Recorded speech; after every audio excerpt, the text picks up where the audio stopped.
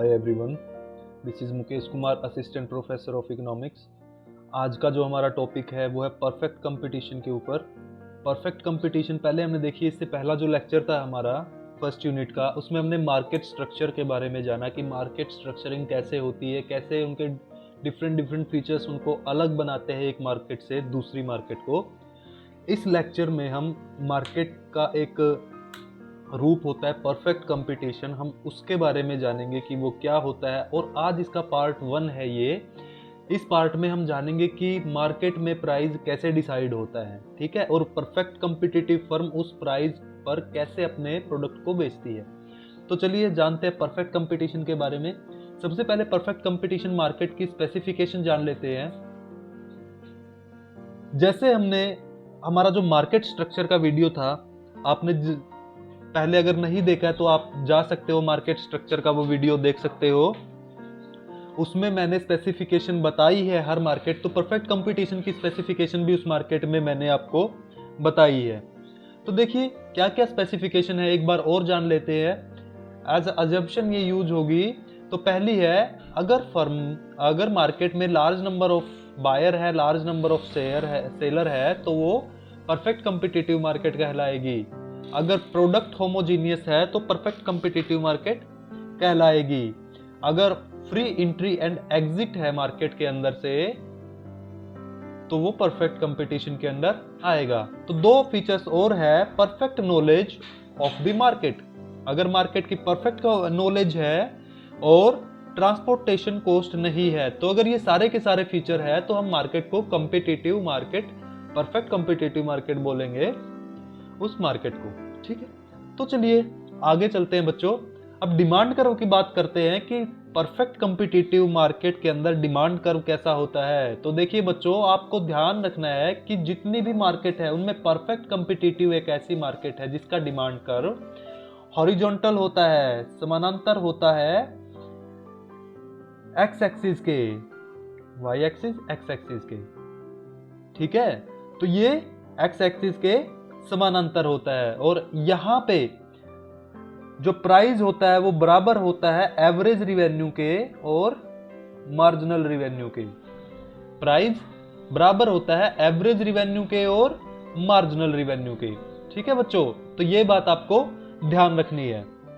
अब देखिए, अब ये क्या होता है बच्चों, अब हम जानते हैं कि जो प्राइस है, AR है, MR है, ये क्या है और ये परफेक्ट कंपटीशन मार्केट में बराबर क्यों होता है। तो देखिए इसके पीछे क्या रीजन है बच्चों। जो फर्म होती है वो प्राइस टेकर होती है, हमें पता है जो फर्म होती है वो परफेक्ट कंपटीशन मार्केट में टेकर होती है।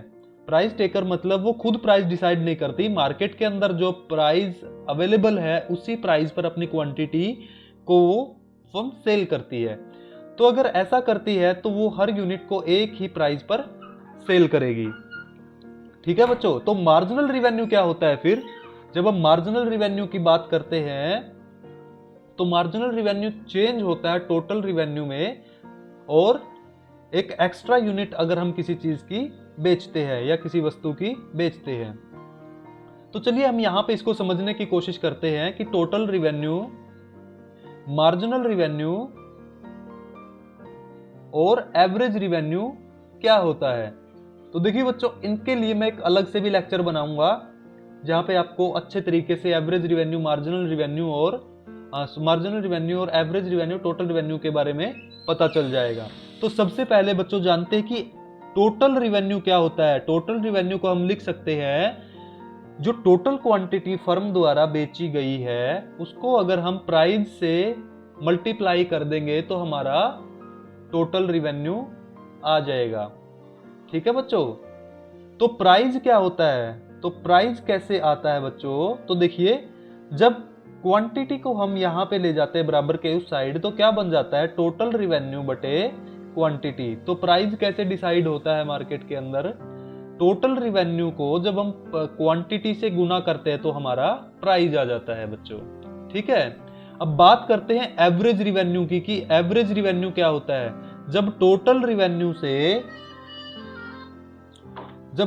रिवेन्यू में से हम क्वांटिटी टोटल रिवेन्यू को हम क्वांटिटी से गुणा करते हैं तो हमारा एवरेज रिवेन्यू आ जाता है। जब टोटल रिवेन्यू को, जो हमें टोटल रिवेन्यू मिला है, उसको अगर हम बेची गई क्वांटिटी से भाग देते हैं तो हमारा एवरेज रिवेन्यू आ जाता है। तो अब आप एक बात देखेंगे बच्चों कि देखिए प्राइस भी क्या है, टोटल रिवेन्यू बटे क्वांटिटी, और एवरेज रिवेन्यू भी क्या है, टोटल रिवेन्यू बटे क्वांटिटी। तो इस हिसाब से हम कह सकते हैं कि एवरेज रिवेन्यू जो होता है वो बराबर होता है प्राइस के। तो ये हर जगह एप्लीकेबल होगा, ये चीज हर मार्केट में एप्लीकेबल होगी। ठीक है बच्चों, आप बात करो परफेक्ट कंपटीशन की, आप बात करो मोनोपोलिस्टिक कंपटीशन की, आप बात करो मोनोपोली की। ठीक है, तो इन सभी जगह पे हमारा जो एवरेज रिवेन्यू और प्राइस है वो क्या रहेगा, बराबर रहेगा, चाहे कोई सी भी मार्केट हो। ठीक है बच्चों, तो हमें ये पता चल गया कि प्राइस बराबर होता है एवरेज रिवेन्यू के। अब परफेक्ट कंपटीशन में हमें क्या दिया गया कि भाई मार्जिनल रिवेन्यू भी क्या होता है, बराबर होता है। ठीक है बच्चों, तो अब इसका कैसे पता चलेगा। अब देखिए मार्जिनल रिवेन्यू क्या होता है, मार्जिनल रिवेन्यू बराबर होता है चेंज इन टोटल रिवेन्यू बटे चेंज इन क्वांटिटी। मतलब एक एक्स्ट्रा यूनिट किसी गुड या सर्विसेज की बेचने से उससे जो रिवेन्यू में इंक्रीज हुआ है, जब उनको हम डिवाइड करते हैं तो हमारा मार्जिनल रिवेन्यू आ जाता है। अब मान लीजिए परफेक्ट कंपटीशन में प्राइस हमारा है 5 रुपए। ठीक है, अब फर्म प्राइस टेकर है। आप ध्यान से देखिए, फर्म क्या है, प्राइस टेकर है। तो क्या होगा, ये प्राइस कितना रहेगा, 5 रुपए ही रहेगा। अब पहली वस्तु किसी फर्म ने 5 रुपए में बेच दी, अब दूसरी वस्तु बेची उस फर्म ने, तो वो भी कितने में बेचेगा, 5 रुपए में। अब टोटल रिवेन्यू पहले कितने था, 5 रुपए, अब कितना है 10 रुपए। तो कितना बढ़ा, 5 रुपए बढ़ गया ना, 5 रुपए का इंक्रीज हो गया। और गुड और सर्विसेज एक बढ़ी है, तो पहले भी रिवेन्यू कितना था, 5 था, और अब भी कितना हो गया, बटे 1 5। तो मार्जिनल रिवेन्यू क्या रहता है, सेम रहता है, क्योंकि हमारा प्राइस सेम रहता है ना। तो कोई भी एक्स्ट्रा यूनिट जब हम बेचते हैं तो वो उसी प्राइस पर बेचते हैं, मतलब 5 रुपए के प्राइस पर ही वो फर्म बेचेगी। अब हर यूनिट से उसको 5 रुपए मिल रहे हैं, तो मार्जिनल रिवेन्यू भी कितना हो गया, 5 रुपए। प्राइस भी कितना है, 5 रुपए। एवरेज रिवेन्यू भी कितना है, 5 रुपए। तो ऐसे हम कह सकते हैं कि परफेक्टली कॉम्पिटिटिव मार्केट में जो प्राइस होता है हमारा वो बराबर होता है एवरेज रिवेन्यू के, हमने यहां पे देख लिया, और मार्जिनल रिवेन्यू, ये सारे के सारे क्या होते हैं, बराबर होते हैं। आई होप ये चीज आपको यहां पे समझ में आ गई होगी। तो इसलिए यहां पे देखिए इस लाइन पे, यहां पे ये क्या है, प्राइस लाइन है, तो प्राइस भी बराबर है, एवरेज रिवेन्यू भी यहां पे बराबर है, और मार्जिनल रिवेन्यू भी यहां पे बराबर है। तो यही लाइन है जिसके ऊपर एवरेज रिवेन्यू, मार्जिनल रिवेन्यू और प्राइस आएंगे। ठीक है बच्चों, तो चलिए अब हम अपने नेक्स्ट पॉइंट पे चलते हैं कि प्राइस डिटरमाइन कैसे होता है। मार्केट में प्राइस कैसे डिटरमाइन होता है, भाई हमें ये चीज देखनी है कि प्राइस डिटरमिनेशन कैसे होता है मार्केट के अंदर, कैसे निर्धारित होता है मार्केट के अंदर प्राइस। तो देखिए डिमांड और सप्लाई, देखिए जब हम बात करते हैं मार्केट की तो हम बहुत सारी फर्मों की बात करते हैं, यहां पे ये बात आपको ध्यान रखनी है। और जब हम इंडिविजुअल सेलर की बात करते हैं तो हम एक फर्म की बात करते हैं। ठीक है, तो जब हम मार्केट की बात कर रहे हैं तो मार्केट चाहे किसी भी कंपटीशन की मार्केट हो, मार्केट की जब बात आती है तो मार्केट में क्या होता है, जो हमारा डिमांड कर्व होता है वो डाउनवर्ड स्लोपिंग होता है, और सप्लाई कर्व होता है वो अपवर्ड स्लोपिंग होता है। तो जहां पर भी मार्केट के अंदर डिमांड और सप्लाई एक दूसरे को इंटरसेक्ट करेंगे, जैसे ये पॉइंट है, तो इस पॉइंट पे हमारा तो जो ये पॉइंट है हमारा, इस पॉइंट पे क्या हो जाएगा, हमारा प्राइस निर्धारित हो जाएगा। ठीक है, और यहां पे हमारी क्वांटिटी निर्धारित हो जाएगी कि मार्केट के अंदर इतनी क्वांटिटी बेची जा रही है और इस प्राइस पर बेची जा रही है, ये प्राइस डिसाइड हो गया। अब फर्म क्या करेगी, आप ये देख ला कि जो इंडिविजुअल सेलर है या जो एक सिंगल फर्म है वो क्या करेगी कंपिटिटिव मार्केट की, वो इसी प्राइस को क्या कर लेगी, अडॉप्ट कर लेगी। तो यही प्राइस लाइन जब आगे बढ़ती है तो ये फर्म का डिमांड कर्व भी हो जाता है, एआर कर्व भी हो जाता है और एमआर कर्व भी हो जाता है। तो आई होप आपको ये सारा समझ में आ गया होगा। अब देखिए बच्चों, थोड़ा सा हम मैथमेटिकल तरीके से इसको समझने की कोशिश करते हैं। ठीक है बच्चों, अब सपोज करिए, अब मान लीजिए कि क्वांटिटी डिमांडेड क्या है, इसकी क्या है 1500 माइनस 70p, और क्वांटिटी सप्लाई, मार्केट के अंदर जो सप्लाई की इक्वेशन है वो ये है और डिमांड की इक्वेशन ये है। तो इस इक्वेशन के जरिए हमें क्या क्या पता चलेगा बच्चों, through these equations we will be able to find market price क्या है, हमें मार्केट प्राइस मिल जाएगा अगर हमारे पास इक्वेशन है, हमें मार्केट डिमांड कर्व मिल जाएगा और मार्केट सप्लाई कर्व मिल जाएगा। अब देखिए बच्चों कैसे मिल जाएगा, हम चलते हैं यहां पे देखते हैं। तो क्वांटिटी डिमांडेड क्या है, हमारी जो डिमांड है उसकी इक्वेशन क्या है 1500 माइनस 70p। क्वांटिटी डिमांडेड की जो हमारी इक्वेशन है वो है 1500 माइनस 70p, और क्वांटिटी सप्लाई की जो हमारी इक्वेशन है वो है 1200 प्लस, देखते हैं एक बार, 30p, 1200 प्लस 30p। तो देखिए हमने पीछे जो फिगर था हमारा उसमें क्या देखा कि इक्विलिब्रियम प्राइस कहां पे डिसाइड होता है, जहां पे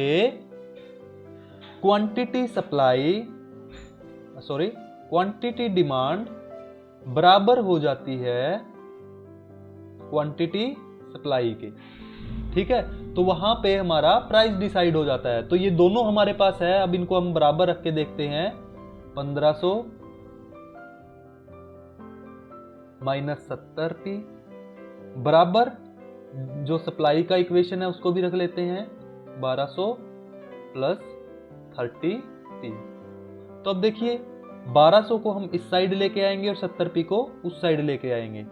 तो देखिए 1500 माइनस 1200 बराबर है 30p, ये माइनस का है तो ये उस साइड जाके किसका हो जाएगा, प्लस का हो जाएगा, प्लस और 70p। अब यहां पे ये प्लस का था तो इस साइड बराबर के इस साइड आया तो ये माइनस का हो गया। तो हमें क्या मिला यहां पे,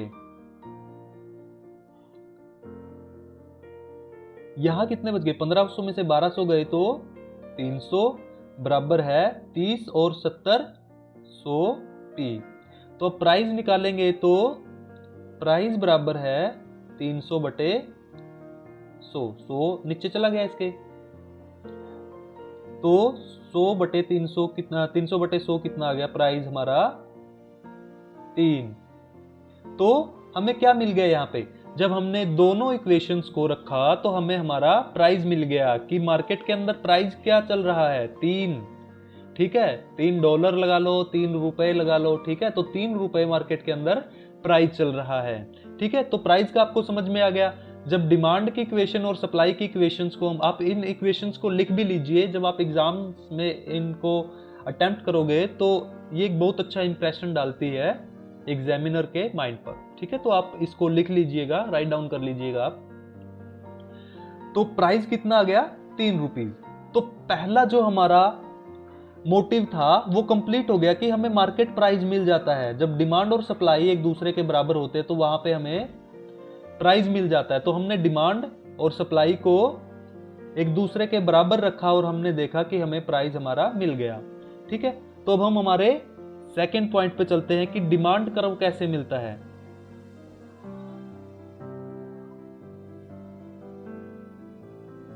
डिमांड कर्व कैसे मिलता है और सप्लाई कर्व हमें कैसे मिलता है। तो देखिए डिमांड कर्व के लिए हमें क्या चाहिए, जो हमारी क्वांटिटी डिमांडेड की जो हमारी इक्वेशंस थी ये थी 1500 माइनस 70p,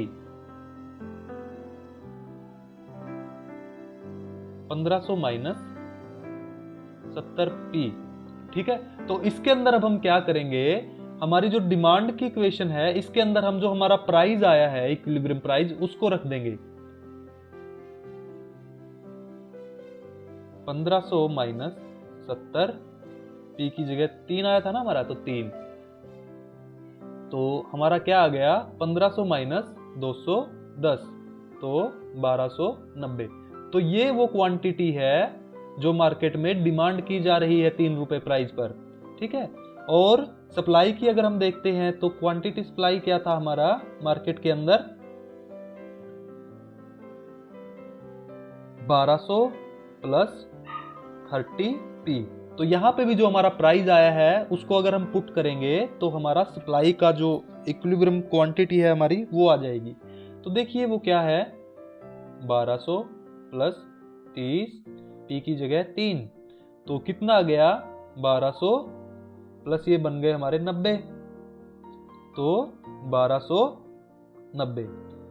इतनी 1290 यूनिट सप्लाई हो रही है, 1290 यूनिट 3 रुपए प्राइस पर हमारा क्या हो रहा है, डिमांड हो रही है। अब देखिए प्राइस हम अलग अलग प्राइस पे अब इनको करके देखते हैं ताकि हमें हमारा डिमांड कर्व मिल जाए। तो हम देखते हैं कि 4 रुपए प्राइस पर क्या होता है, 3 रुपए प्राइस पर हमने यहाँ पे देख ही लिया है, और 2 रुपए प्राइस पर भी हम देखते हैं। तो अब देखते हैं कि मान लो प्राइस 4 रुपए है तो क्वांटिटी डिमांडेड क्या होगी, 1500 माइनस 70 पी।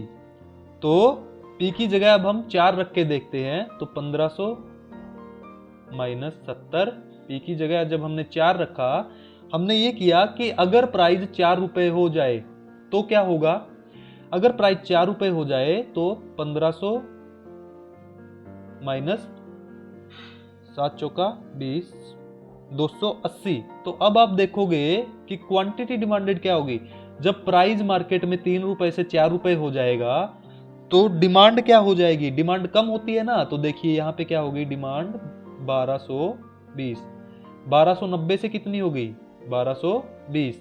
अब सप्लाई को देखते हैं, 1200 प्लस 30 पी है। अब कह दिया कि 4 रुपए प्राइस हो गया तो सेलर क्या करेगा, 1200 प्लस 30, यहाँ पे 4 आ गया, तो 4 तिये 12, 120 हो गया, तो 1200 प्लस 120 तो कितना हो गया 1320। तो आप देखोगे 1290 से 1320 कि जैसे ही प्राइस 4 रुपए हुआ डिमांड क्या हो गई, कम हो गई, और सप्लाई बढ़ गई। सेलर सप्लाई बढ़ा देता है और डिमांड करने वाला बायर जो है वो डिमांड को कम कर देता है। तो देखिए अब हम 2 रुपए प्राइस रख के देखते हैं और फिर इनको एक फिगर में ड्रॉ करेंगे हम।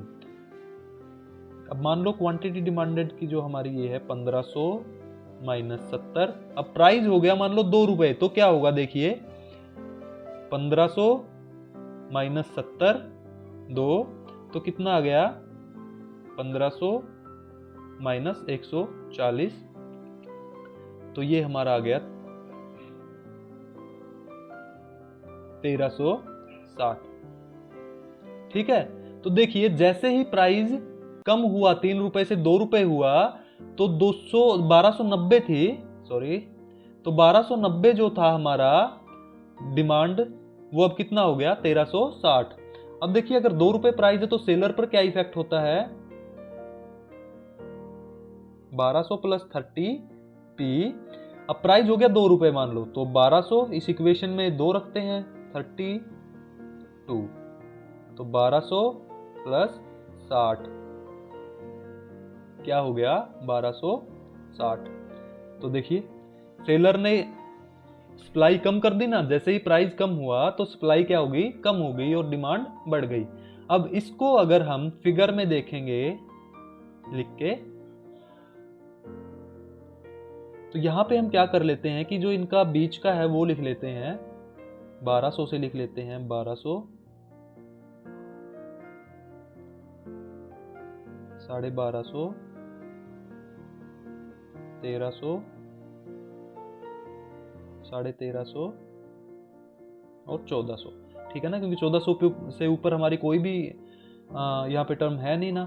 तो अब यहाँ पे क्या करते हैं, प्राइस लिख लेते हैं 2, 1, 3, 4, यहाँ पे प्राइस हो गया हमारा, यहाँ पे हो गई हमारी क्वांटिटी। अब देखिए पहले हम डिमांड कर्व बनाते हैं। जब प्राइस 3 था तब क्वांटिटी कितनी थी? 290। जब प्राइस 3 था तो क्वांटिटी थी 290, तो यहां पे आ गई।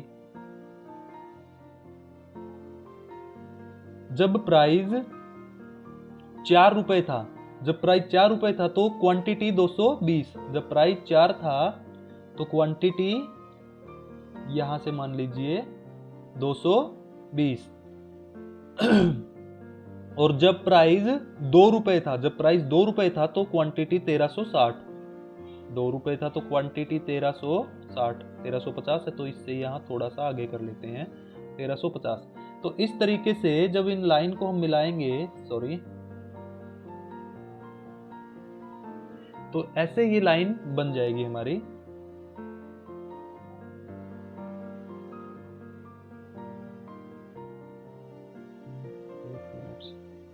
तो ये हो गया हमारा डिमांड कर्व। अब सप्लाई कर्व को देखते हैं। जब प्राइस 3 रुपए था तो 290। जब प्राइस 3 रुपए था तो 1290, सॉरी, तो यही पॉइंट हो गया हमारा। जब प्राइस 4 रुपए था तो सप्लाई कितनी कर रहे थे वो? 1320। जब प्राइस 4 रुपए था तो सप्लाई कर रहे थे 1300, यहां से कर लेते हैं 1320। और जब प्राइस 2 रुपए था तो सप्लाई कर रहे थे 1290। जब प्राइस 2 रुपए था तो सप्लाई कर रहे थे 1260, सॉरी, तो यहां पे कर लेते हैं तो 1260। तो ये 3 पॉइंट आ गए। अब हम क्या कर लेते हैं, इन तीनों पॉइंट को मिला लेते हैं। ठीक है, तो ये हो गया हमारा सप्लाई कर्व। तो आप देखोगे कि यहां पे क्या हो रहा है, जहां पे प्राइस 3 रुपए है वहां पे इंटरसेक्शन हो रहा है और वहीं पे हमारी क्वांटिटी डिसाइड होगी है कि इस क्वांटिटी पे ये हमारा 3 रुपए प्राइस, जहां पे डिमांड और सप्लाई मिल रही है वहां पे ये प्राइस हमारा डिसाइड हो गया। ठीक है बच्चों, तो ये हमारा प्राइस डिटर्मिनेशन का लेसन था। आई होप आपको अच्छे तरीके से समझ में आया होगा। अगर इस पे कोई डाउट है तो आप व्हाट्सएप ग्रुप जो हमारा है वहां पे हमें क्वेरी सेंड कर सकते हो और इसके बारे में पूछ सकते हो, तो वहां पे हम आपको इसका सोल्यूशन दे देंगे। तो आज के लिए बच्चों इतना ही। मिलते हैं आपसे नेक्स्ट लेसन में। परफेक्ट कंपटीशन का दूसरा पार्ट जो है उसके अंदर हम देखेंगे कि फर्म कैसे अपने प्रॉफिट को निर्धारित करते हैं, कैसे अपनी क्वांटिटी को निर्धारित करती है, कहाँ पे इक्विलिब्रियम होता है वहाँ पे। ठीक है, तो ये सारी चीज़ें देखेंगे। तब तक के लिए बच्चों thank you, best of luck.